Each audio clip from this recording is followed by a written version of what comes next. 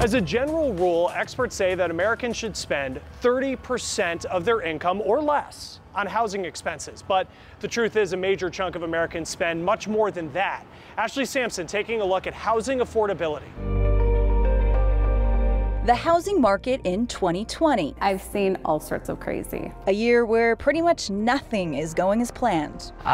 It's very exciting. Your island is going in here. First-time homebuyer Alex Size decided this was the time to pull the trigger and leave apartment life behind. I was renting and yeah, it was time I didn't want to rent anymore. So we've got the electrical, the HVAC system, the plumbing. Today he's looking at houses with his real estate agent, Amy Asher. How this is all taking shape.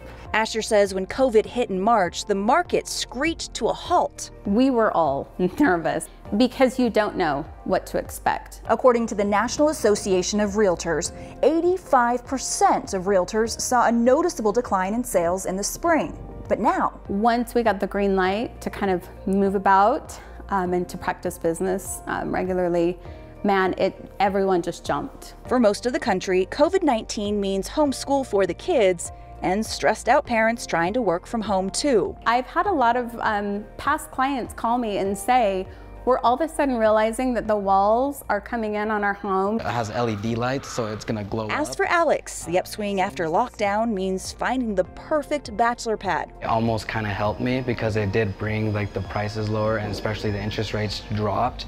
So it was kind of an opportunity that I took advantage of. It was a no-brainer. For now, the roller coaster ride that is 2020 will continue. If we don't level out a little bit, I think we could be heading towards a bubble burst. In Bluffdale, Utah, I'm Ashley Sampson reporting.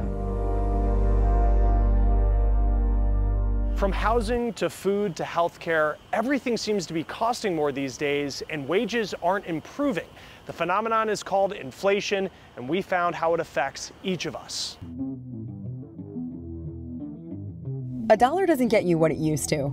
It's an old cliche that can help explain a major force in our economy: inflation. It happens when prices go up across the board over time, and the value of a dollar goes down.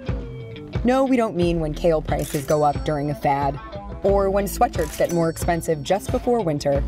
It's more like when housing, food, healthcare, and entertainment costs all steadily rise, as the dollar steadily loses value. A small amount of inflation is supposed to help the economy by encouraging spending and investment.